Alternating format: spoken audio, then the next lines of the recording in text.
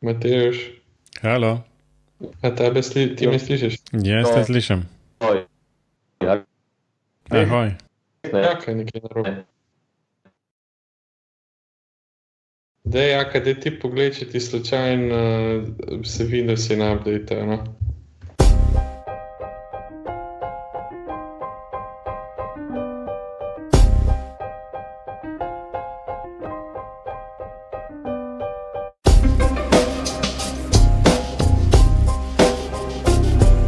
Pozdravljeni v novi oddaji podcasta BIM Pogovori, v kateri se z gosti sproščeno pogovarjamo o informacijskem modeliranju zgradb in informacijsko-komunikacijskih tehnologijah v gradbeništvu. Z vami sva Robert in Matevž.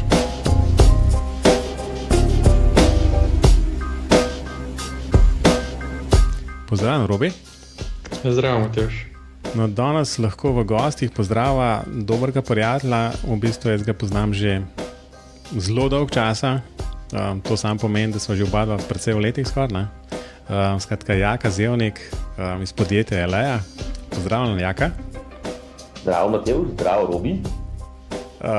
Moram najprej povedati, v bistvu, da je po moje Jaka ti bil ta prvi, ki je v bistvu, ne vem, ko smo midva začela sodelovati na IKPIR-u, se pravi na faksu, ko si začel neke parametrične študije računati, pa si okoli računalnikov hodil tako z disketom oziroma CD-ji, pa pol neki čez mrežo delal, ne?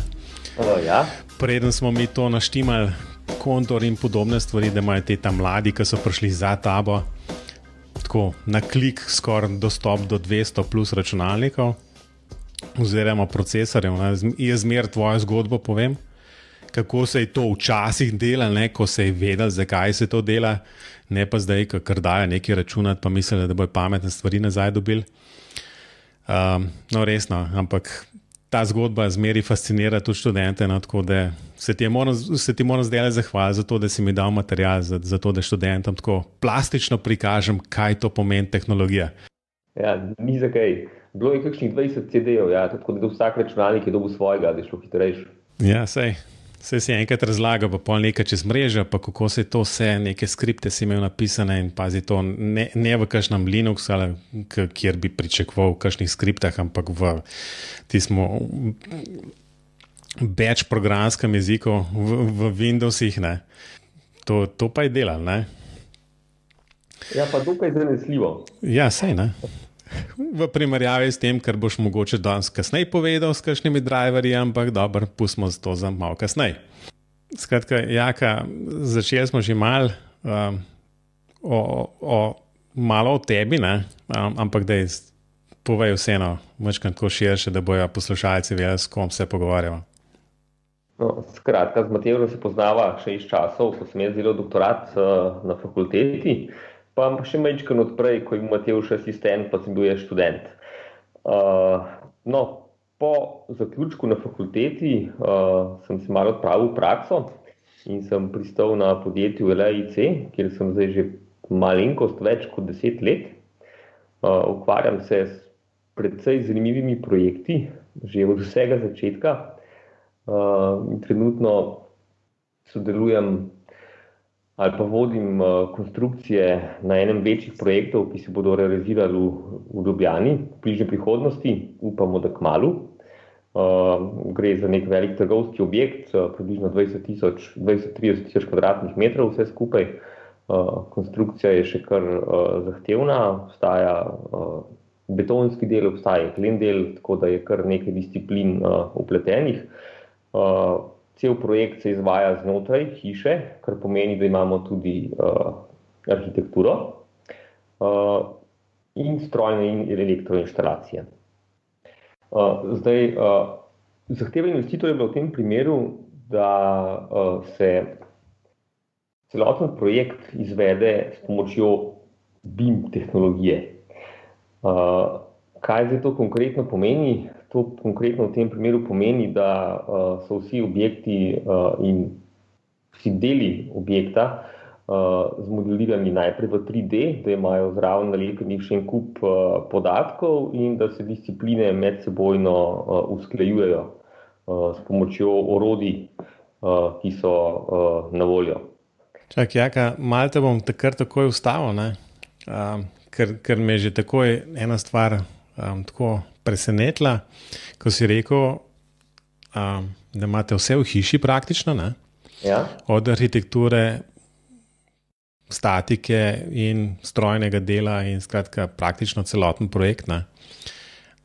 Pa kar takoj mi povej, v bistvu, ker to bi bilo sicer konkretno jasno, tako je vprašanje, v bistvu, koliko je to različno oziroma koliko to olajša sodelovanje posameznih strok na tem delu. No?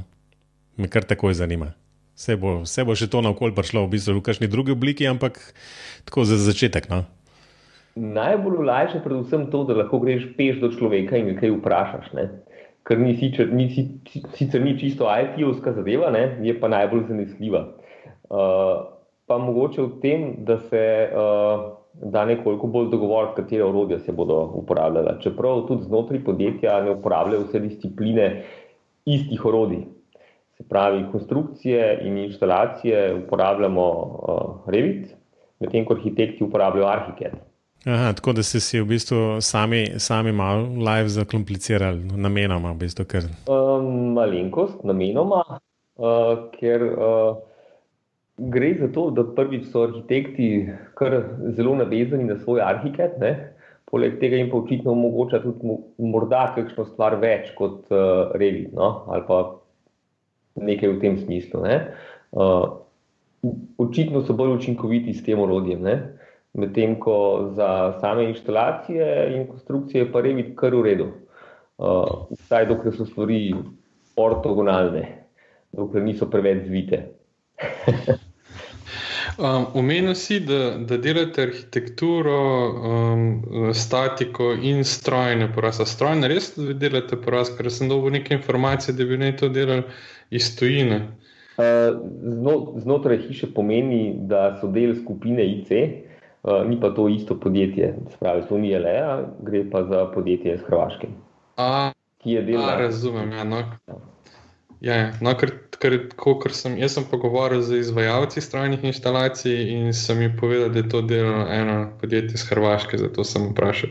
Drugače pa ne te popravim še za nazaj, tudi mene poznaš iz časa, ko si delal doktorat. Tudi to je res. Čak, kje smo ostali? Aha, pri tem, kako se si zakomplicira življenje. Aha, eno drugo zgodbo sem hotel reči. Mogoče, oziroma Robi sigurno ve, Jaka najbolj se spomni iz predavanj ali pa tudi sicer, kjer gradbeni informatiki bolj manj vedno prodajamo neko idejo o sodelovanju nadaljavo, pa v bistvu brez nekih mej, časovnih, geografskih in podobnih stvari. Ne? To je tak neka daljna vizija v bistvu idealnega projekta, kako bi se to dogajalo. Ne? Ampak ni zanimivo, ne? Da takrat, ko hočeš pa nekaj konkretnega narediti, si pa sam povedal, kako je fino, ne? Ko lahko ustaneš, greš v drugo pisarno, unmo pogledaš v oči pa rečeš, da je že tisto naredno. A ni dobro? To je super, to je najboljša rešitev za vse probleme. Ja, definitivno. Sej, ponovadi tudi zmeri v tem kontekstu povem tisto zgodbo iz tistega terminala Heathrow v Londonu, ko je bil projekt, mislim, da je tam okoli 2000 se je to zgradil, ali pa močkan kakšno leto, 2 kasneje. Tisti projekt je bil prvi en tak velik projekt, ki se je recimo temu bimovsko gradil. Ne? No in so tam, namesto da so se šli takšno sodelovanje nadaljavo, so dejansko čez cesto praktično tistega terminala kupili celotno stavbo, v tisto stavbo zaprli vse, ki so delali na tem projektu z različnih firm in te so bili tam vseh, ne vem, toliko let, ker se je tisti projekt razvijal, dodeloval, koliko je trajala sama izvedba, tako da so dejansko sodelovali približno tako, kot si ti rekel, ne, kjer so imeli dnevne zastanke, sosednji pisarni je sedel nekdo drug iz sicer druge firme, ampak delal na istem projektu in so tako dejansko reševali probleme. Tako da najboljša zgodba pride pa na konc, ne. Ko je bil konc projekta, so morali te ljudje, ki so bili v tej skupnih pisarnah, skupnih objektov, jeti nazaj po svojih firmah. In so imeli blazen problem to na novo v bistvu sprejeti, kjer se jasno ponavadi se skupaj odvija mnogo počasneje, problemi se rešujejo počas, ali so pa takšni, ki jih v bistvu sploh ne prepoznaš, da so problem, pa te pol tako dobiš nazaj serviran, ne vem, po pol leta ali pa v enem letu.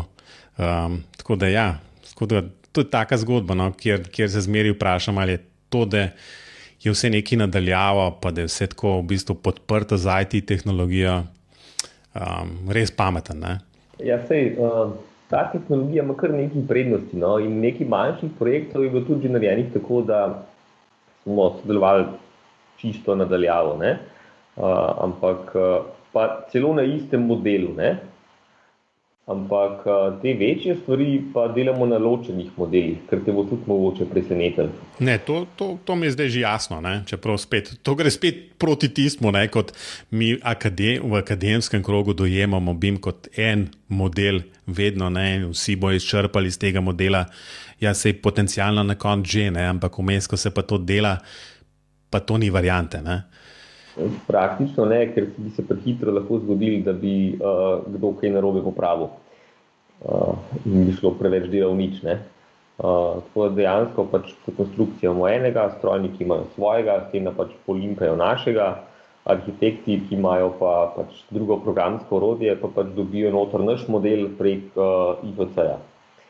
Za osnovo, ne, imajo pa še vedno ponovno zrisano tudi celo konstrukcijo, recimo, ne. Ta del me še kar zanima, v bistvu zdaj jaz verjamem, da imaš to dnevno ali pa vsaj tedensko kakšne takšne sestanke, kjer se te modeli kontrolirajo, se združujejo, se gledajo v bistvu kolizije, napake, takšne in drugačne. Po tvoji oceni v bistvu, no, ta del, kjer pride do tega združevanja teh modelov pa kontrole, v bistvu, ali je to tisti trenutek, kjer se dejansko odkrivajo te napake v posameznih modelih, ali to pride v bistvu potem naknadno, pa v bistvu je to samo nek korak pri združevanju, pa šele pol v bistvu se delajo te posamezne kontrole, ali kako to sploh izgleda, no, za tiste, ki niso recimo tega vajeni? Dejansko imamo to nekako recimo da na dveh nivojih. En je tak neformalen, ne, ko pa sam gledaš model druge ekipe in primerjaš s svojim, ne, kako ga boš uskladil, kaj je treba še popraviti in tako naprej, ne. Že v tej fazi se pač nekaj odkrije. Imamo pač vsake toliko časa tudi recimo temu uradno kontrolo kolizij, takrat pa se to požene skozi Solibri, kjer imamo napisanih en kup pravil, kaj naj se kontrolira, in potem dobiš neko poročilo. Zdaj včasih je to poročilo kratko, velikokrat se pa zgodi, da je zelo, zelo dolgo in da je teh kolizij, ki so res relevantne vsem tem špehu, pa zelo malne. In jih je treba tudi nekako filtrirati in izločati. Zdaj, kaj kontroliramo? Kontroliramo čisto, recimo, če gre v inštalacijsko konstrukcijo, kakšni so recimo odmiki vrat od sten in podobne stvari, ali pa požarnih loput od ostalih elementov, ker to so pravila, ki se da recimo razmeroma enostavno napisati, ne, pa pridejo še kar prav. Tako da ja, potem na koncu pač vsaka disciplina dobi domačo nalogo, kaj je še za popraviti. Jaz bi malo skočil, jaz se opravičujem, mene danes malo prekinja in pa vaju malo slišim, pa malo vaju ne slišim, tako da se opravičujem, če bom vprašal kaj, kar ste se že pogovarjala. Ampak mene zanima, zdaj ste že začeli govoriti o tem, na kak način poteka delo. Jaz bi mogoče šel en korak nazaj, pa bi vprašal, koliko ste pa imeli pri tem projektu ene priprave dokumentov, preden se je projekt začel, raznih BIM manualov in tak naprej. A ste se tega lotili, ali ste se lepo lotili kar po gradbeniško gverilsko? Ne, ni bilo čisto gverilsko. To vam je mogoče že kot Martin Lah razložil v prejšnjih pogovorih, ne? Ampak za vse te večje projekte so pripravljeni BIM manuali oziroma pristop k delu, kako se bo kontroliralo, kako se bodo stvari pomenovale in tako naprej, ne? Čeprav določene stvari se pač seveda tudi razvijajo sproti tekom dela, ker se pač odpirajo novi problemi in je pač treba kaj popraviti, zato da lahko greš naprej, ne? Ampak z vsakim novim projektom so te rešitve boljše, no. Ni tako, da bi pač lahko imel neko nek tak BIM manual za vse potrebe, ne? Ker so zahteve investitorjev zelo različne. Moram pač povedati, da je v tem trenutku so to kar vroče žemelce, no. Nekako so vsi začutili, da je to mogoče del prihodnosti in bi nekako radi zraven. Ja, ampak mogoče zdaj, ko si zraven, ko si v središču enega tega večjega projekta, a imaš občutek, da investitorji sploh vedo, kaj bi lahko dobili od BIM-a, ali je mogoče to samo zahteva, pa niti nimajo nekih posebnih planov za naprej? To je pa zelo različno, no. Zelo veliko ljudi je tudi seveda takih, ki pač pod BIM še vedno razume nek 3D model, ne. Nekaj je pa tudi takih, ki vejo, da za tem stoji en kup informacij, ne samo v geometriji, ne, in da se da zadevo uporabiti tudi še za kasneje, za fazo uporabe in vzdrževanja, ne. Imamo tudi tak projekt, kjer je bilo pač to ponujeno in sprejeto. Mogoče bi vprašanje tu imel. Zelo veliko je v tem letu bilo govora o tem famoznem CDE. Zdaj spet še enkrat, jaz se opravičujem, če ste o tem že govorila. A tu imate kako posebno okolje, v katerem izmenjujete podatke, datoteke, informacije, ali mogoče ne? Ta del je mogoče še najmanj razvit, ne, ker zdaj ne vem, kaj točno si imel s tem v mislih, ampak recimo za velike projekte je običajno, da obstaja neka platforma, kjer se ne drugega izmenjujejo načrti, poročila ali pa v tem našem konkretnem primeru bi se izmenjevali tudi modeli, ne. To obstaja, so pa te rešitve zelo drage, ne. Tako da za kakšne stvari se uporabljajo tudi bolj preproste stvari, kot je recimo OwnCloud, za izmenjavo datotek, ne. Ampak to ni neko sofisticirano okolje, ki bi ga priporočil za neko resno uporabo, ne, ker je zelo težko kontrolirati verzije in tako naprej, ne. To pač ni primerno za ta namen. Se uporablja, ampak problem je dostikrat tudi ta, da vsak investitor hoče imeti svojo platformo. Ali pa jo že celo ima v lasti, ne, in potem so prisiljeni uporabljati tisto.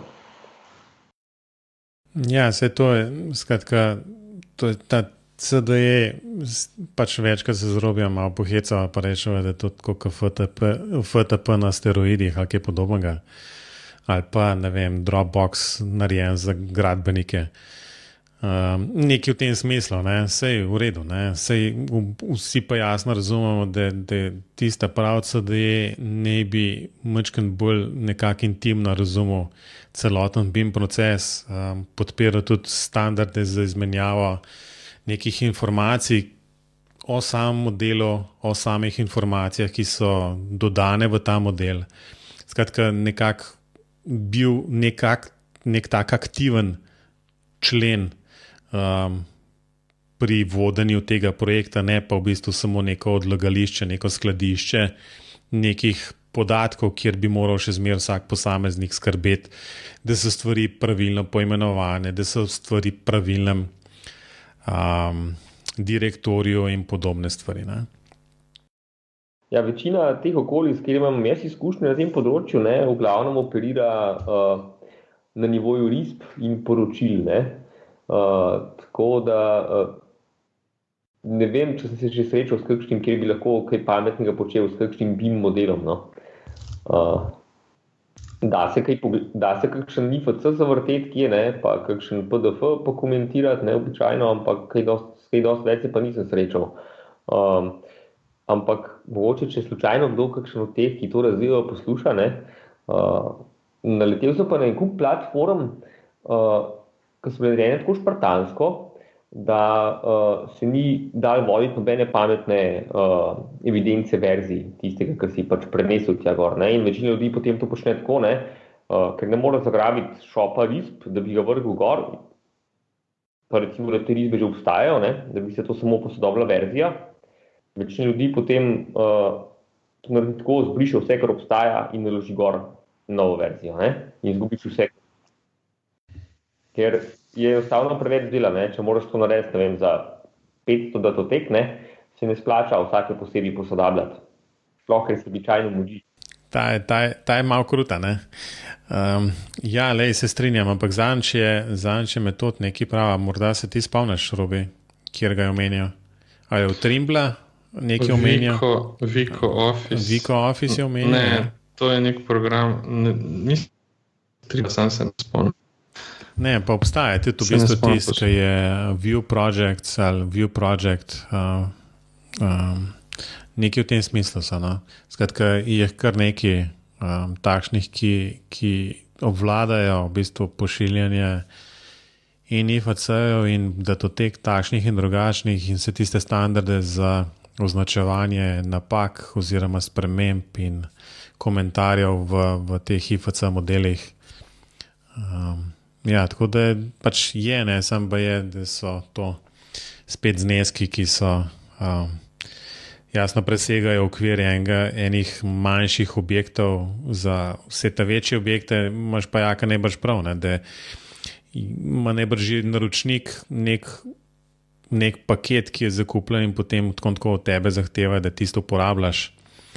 No, to sem hotel prej komentirati na to temo, ne, da pridemo pa spet jasno do problema, da si jasno to ena majhna firma niti ne more prevošati, da bi kje tako sodelovala, zaradi tega, ker v bistvu kje pa imajo znanje, da se bojo zdaj, ne vem, 5-6 takšnih okolij naučili. Ne vem, Elaja si predstavljam, da imate sigurno tam nek IT support team, kjer vam pomagajo v bistvu in malo preverjajo smernice na splošno ali pa v bistvu na projektno konkretno vam dajo neke rešitve, kako se česa lotati. Ne? Prav, da bi imeli IT support na področju BIM-a, naš IT support v tem kontekstu oziroma razvoj na tem področju je Martin, ne? Da, ampak nekdo, ki se lahko je one-man band support, no, v bistvu, ne, sej nič ne rečem, ne, ampak je nekdo, ki ima recimo nekaj časa, da v bistvu to dela, ne, da pač malo stvari sproba, pa vidi v bistvu, a to gre skupaj ali ne gre skupaj. Pa ja.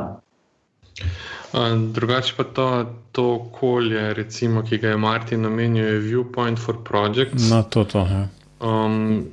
Sem ga poiskal, ampak mislim, da tudi to namenil, da je to res drago orodje. Da verjamem, da ga Jaka še nisi videl. Videl sem ga tako na hitro, ne?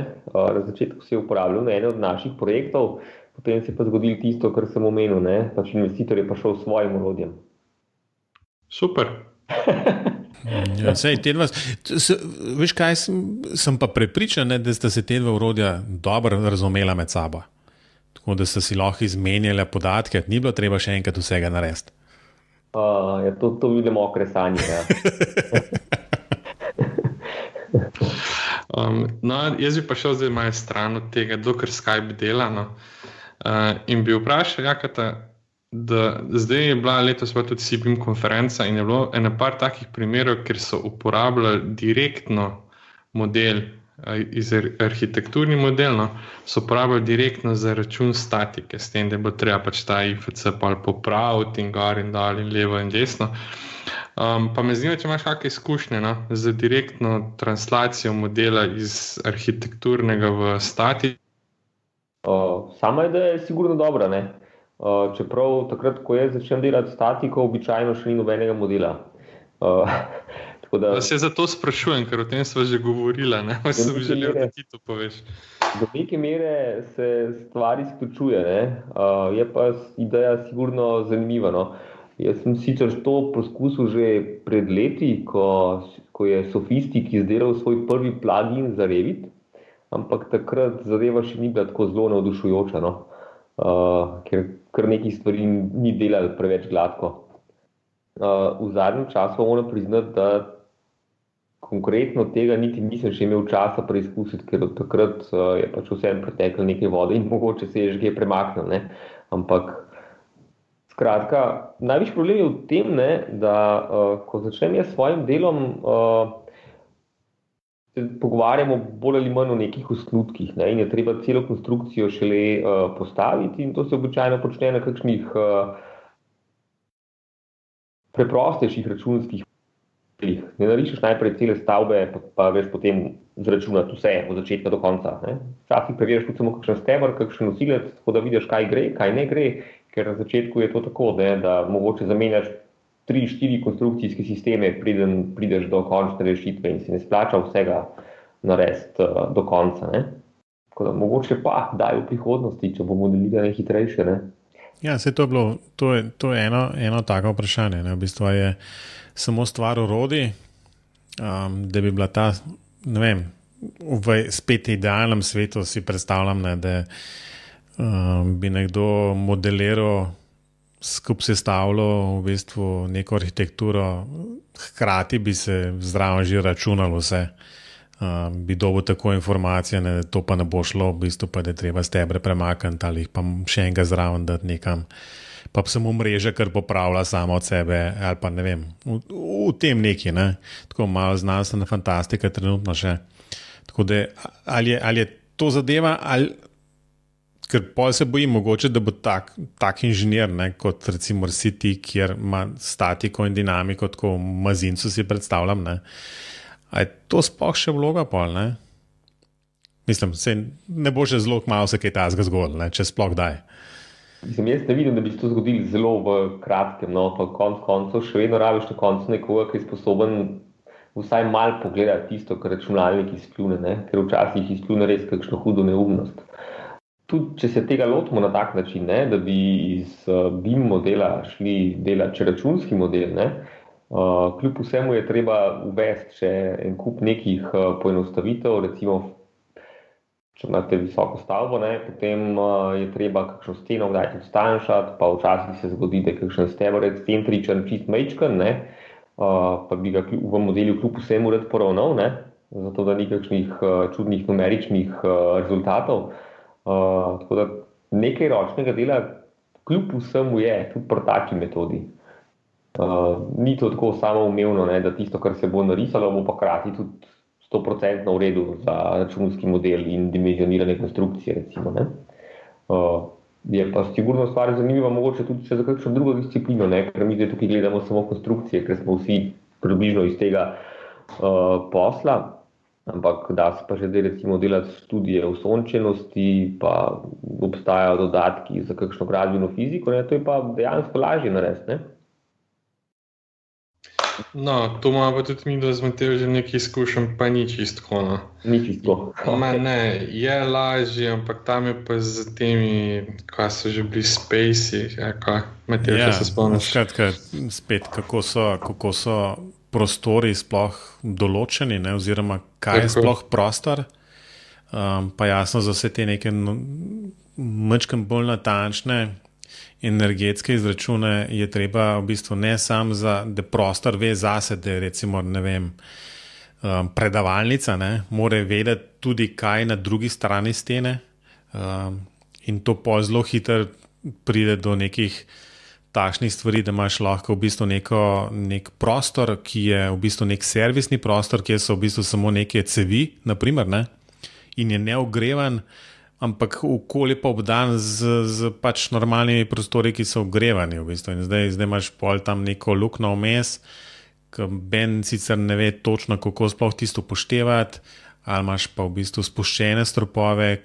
kjer spet jasno ta volumen samega prostora predvsej vpliva na sam izračun in jasno zdaj, kaj je sploh tvoja višina.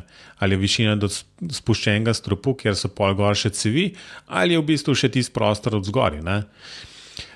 Skratka, cel tak problemi so v bistvu, kako to sploh nekako razumeti, kako to sploh prav zračunati. Ne?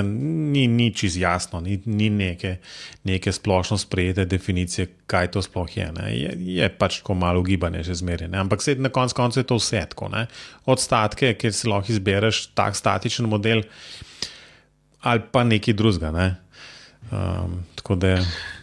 Problem pri energetskih izračunih pa to je, da vsa numerika odpove pri takih problemih. No. Je pa zdaj, če gremo nazaj na BIM, smo pa mi imeli, koliko je zdaj to, 3 leta nazaj, probleme pri določenju modela že s tem, da recimo nisi mogel v Revitu določiti teh prostorov, če so šli čez več etaž. Ne. Ja, to je pa skratka cel hec. Ne? No, ampak, skratka, kaj, Skype dela? Kaj dela? Odlično. A ćemo ta zagon izkoristiti, pa rečemo, da smo se obimo pogovorili za zdaj, pa gremo naprej? Gremo na priporočila. Odlično. Jaka, kaj imaš ti kaj za poslušalce pripravljeno? Kaj morajo sprobati? Kar se tiče Bima konkretno? Ne, priporočilo. Ne? Čakam, da boš omenil eno zadevo, ki je sicer ponovadi, pač odvisno, ali si levičar, desničar, odvisno, držiš v eni roki, pa tako po mizi levo pa desno delaš, ne? Da boš to priporočil. Ne? Rad bi slišal za mojo novo miško. To vidiš, evo. Ja, skratka, miška je skrajno seksi in zanimiva, ne? Ampak gonilnik se občasno sesuje. Ker dejansko ni najboljše priporočilo, no? Je pa tako fina za v roke. Gre pa za Microsoftovo miško, no, tokrat. Verjetno bo šlo to marsikomu v nos, ne? Absolutno ne.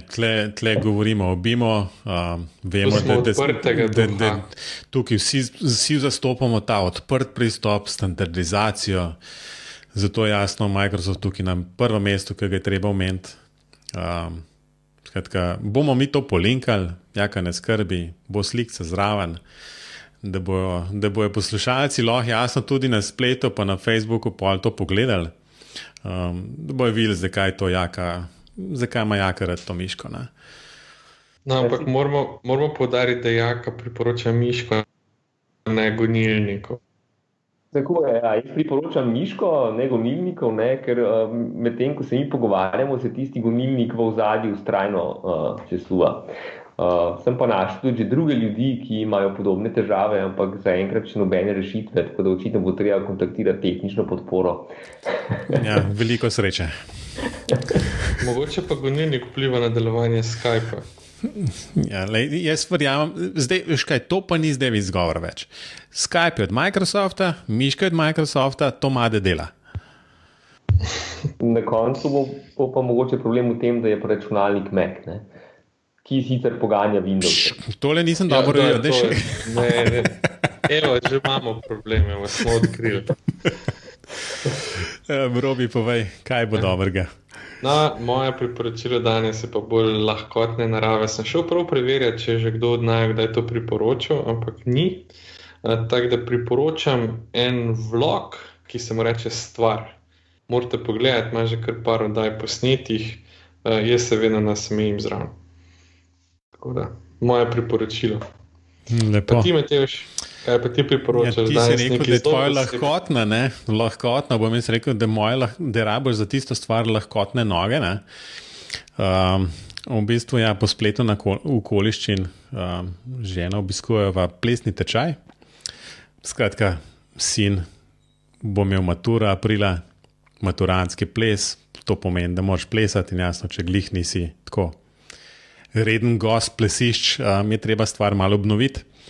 Tako da neizmerno uživava, tako da priporočam vsem, ki že dolgo niso plesali, naj to spet probajo, verjamem, da jim bo šlo dobro od nog. Konkretno pa v bistvu imam sam dobre besede za plesno šolo Urška v Ljubljani, tako da toplo priporočam. Težko bo ta maturantski ples, pa lahko na najnem podcastu vedemo video, da te bomo videli plesati. Lej, ne izzivaj v bistvu, ne? Ker to bi znali biti pa v bistvu zelo nevarno za koga. Ne? Tako da pustimo mi to plesanje, pa v bistvu, puste mi to veselje, da rečem, da uživam, ne? Zdaj, kako to dobro zgleda ali pa slabo zgleda, je druga zadeva. Ne? O tem ne bomo razpravljali. Ampak uživamo in to je najbolj pomemben. Torej, zdaj pa še hitro vprašanje. Jaka programska oprema, BIM programska oprema, kaj uporabljaš? Revit, Solibra, Solibri, Tekla, ampak odtekle BIM site, ki je brezplačen, ne? Ostalega pa ne. Ampak sam za enega se moraš odločiti. Za enega se moramo odločiti, ja, nažalost, ki ga uporabljam. Ja, enega tiska ti je recimo ali najbolj pri srcu, ki ti najmanj krat driverji dol padajo zaradi njega, Kamiška dobro dela z njim, ali pa tistega, ki ga največ uporabljaš, meni je vse. Mislim, največ izkušenj in največ uporabljam Revit in to je to. V redu, sprejeto. Zapisano. Zdaj tisto najbolj pomembno vprašanje na tem podcastu in tudi najbolj resno. Kaj je zdaj BIM? A je to model, a je to proces, a je to kaj tretjega, a je to fama? Povej, kako razumeš BIM? BIM je bolj proces. To si prosti jaka, kad izkočam, ampak ne moram več tega poslušati. To je se sam napumpani. Če tam Martin reče, da je to proces, zdaj pa vsi na LA, se to je proces v bistvu. Ne. Martin ni rekel, da je to proces. Martin je rekel, da je to DGP. Ja, to je res, ne? Ampak dobro, to je. DGP? Lej, to pa ni dobro, da ne veš. Digitalizacija gradbene panoge. Ja, evo. Še dobro, da ima Robi zihar zapiske zraven prte. Nimam jaz to na pamet. Jaz sem super. resen človek. Mogoče lahko še malo utemeljim to svojo izjavo. No? Ja, pa daj. Pod modeliranje se pač vedno razume neko delo. Ampak tukaj se meni zdi, da smo, kar se tiče tega dela, še dosti na začetku. Zato je tudi deloma to proces. Deloma pa zato, ker dejansko ne gre samo za nek modelček, ki ga potem na koncu ustvariš in predaš, ampak gre tudi za tisto, kar se potem še da ustvariti iz tega modela ali pa podatke, ki se jih da dobiti iz tega modela in uporabiti za nekaj drugega. Mogoče se je bolj jasno? Jaka, verjemi, da je bilo že prej jasno. Je pa v bistvu utemeljitev čisto in na mesto. Jaz sem sicer mislil, da je bolj zapeljal v drugo smer. Nisem čisto pričakoval, ampak se tudi s tem strinjam, kar si rekel, na vsak način. Mislim, da ne bo kdo zdaj tlele mislim, da te hočeva spraviti v precep, ali je to model, proces ali karkoli, na vsak način. Vse se strinjamo, da je to proces. Tako da zdaj Robi pa je zagovarja, da je to model, ampak to je danes rekel. Kdaj? Hecam se Robi, veš, da ne. Evo, še zadnje vprašanje. Zdaj smo, skratka, strinjamo se, da je to proces, ni panike. Še zadnje vprašanje, ki pa pač verjamem, da je tudi dosti očitno, pač ta Open BIM pristop oziroma uporaba standardov, da ne, mogoče, dela, ne dela. Zaenkrat bolj ne dela kot dela, ker nič ni open. Vsak program oziroma vsak proizvajalec softvera se bolj ali manj trudi, da bi imel svoje zaprto okolje, oziroma to počnejo vsaj tisti, ki so večji in imajo več sredstev in si to lahko privoščijo. Medtem ko tisti manjši se pa zelo trudijo, da bi bila stvar odprta, ker je to v njihovem interesu. Ampak glede na situacijo na trgu nič ne kaže, da bo to res kdaj vse v celoti odprto. Bi bilo pa za projektante zelo koristno, ker potem bi se pa v veliki meri izognili prerisovanju. Ker ena od glavnih prednosti, ki so jo pač ponudili na začetku, ko se je pač vsa ta fama okrog BIM-a pojavila, je bila ta, da ne bomo več prerisovali drug za drugim, ker je ena glavnih stvari, ki jo projektanti ves čas počnemo. Pač, ko si nekoč, recimo, zdaj pač dobiš model, ampak ko nekoč, ko si dobil izbor do arhitekta, si tisti del, ki si ga rabil zase prerisal. Ampak nažalost je še vedno enako tudi v 3D svetu. To si zelo lepo povedal, mislim, da Robi se strinjava z Jakom. Povsem. Je pa v bistvu, morda se me vsem malo presenetil, ker si vsem rekel, da pač v hiši imate arhitekte, ki so na Arhicadu, vsi ostali bolj ali manj na Revitu. In jasno, ta izmenjava sicer poteka prek GIFC. A to pomeni, da v bistvu kljub samo, da očitno to nekako dela, bi lahko ti ocenil, da je vse nekako, da je še zmeraj preveč nekih napak ali pa pomanjkljivosti pri prenosu, da bi res z nekim optimizmom trdil, lahko ne, to pa recimo v naslednjem letu bo pa Arhicad pa Revit se bosta pa res razumela prek IFC-ja. Sej deloma se razumete, ne? Ampak recimo, da še vedno nismo toliko prepričani v zanesljivost te izmenjave podatkov, da nas manj stane, če stvar narišemo še enkrat, ne? Recimo, pač ne vzamem stebra, ki ga je zrisal arhitekt, ampak uporabim element v Revitu, ne? Ki je pripravljen za to. S tem, da tudi pri tej izmenjavi je kar nekaj težav, takih čist, recimo, da preprosto rešljivih, ne? Recimo, konkretno za jeklo uporabljamo še nek tretji program, ravno tako od Autodeska, ampak če tisto izvoziš direktno v IFC, ne, z vsemi detajli, potem imajo arhitekti težave, kako to uvoziti, ker IFC dejansko striangulira vse krivine in potem rata teh podatkov čist preveč.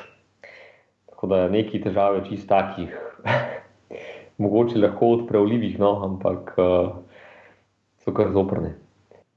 Ja, ta štos pa res poznam, ne? Mislim, kjer se te okrogline v bistvu, ne vem, trikotniki ven pridejo, zato ker jih IFC drugače ne pozna teh.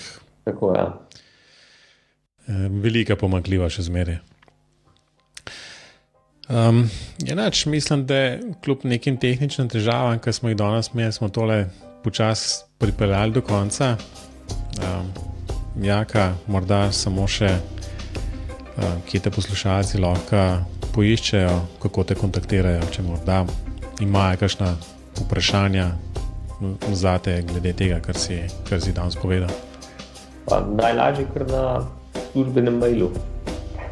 No, v redu, bomo to tudi polenkali, tako da Jaka ima veliko izkušenj, s statiko, z dinamiko, tako da jaz verjamem, da je vedno pripravljen deliti kakšne pametne stvari. Tako da jaz se ti v bistvu Robijevem in mojem imenu zahvaljujem za to, da si vzel čas. Sicer smo se nekaj časa lovili, si zelo zaseden in smo se kar nekako težko dogovorili, kdaj in kako, ne. Ampak super je, jaz sem neizmerno užival pri tem, kar si ti povedal. Hvala. Robi, kaj pa ti, kje te lahko poslušalci najdejo? Še vedno me lahko najdejo najboljš na mailu robert@klinc.net, pa da vidimo, če bo v 2018 kaj boljš, kar se mailu tiče. Jaz sem slišal, da so meni obljubljali, da bojo letos vsaj 3-krat več mailov poslali kot letos, tako da, ampak se veš, kako je to, 3-krat nič, še zmeri nič. Ampak dobro, pustimo se presenetiti. Mene še zmeri lahko najdete na spletni strani matevždolenc.com. Tam so tudi povezave, konkretno tudi na BIM pogovore. No in sami BIM pogovori so še vedno na spletu, Facebooku, Twitterju, tudi na YouTubeu, kjer po zadnjem štetu imamo že 25 sledilcev. Sam še malo, pa bo super, ne, kaj bo 100. Tako da hvala vsem, ki ste tam kliknili, se naročili, tudi vsem tisti, ki ste se naročili na iTunes ali pa kjerkoli podcast player uporabljate. Tako da vedno sva z Robijem zelo vesela, ko se kakšne številke malo povečajo. Tako da to je za danes vse. Jaka, Robi, adijo. Adijo. Adijo.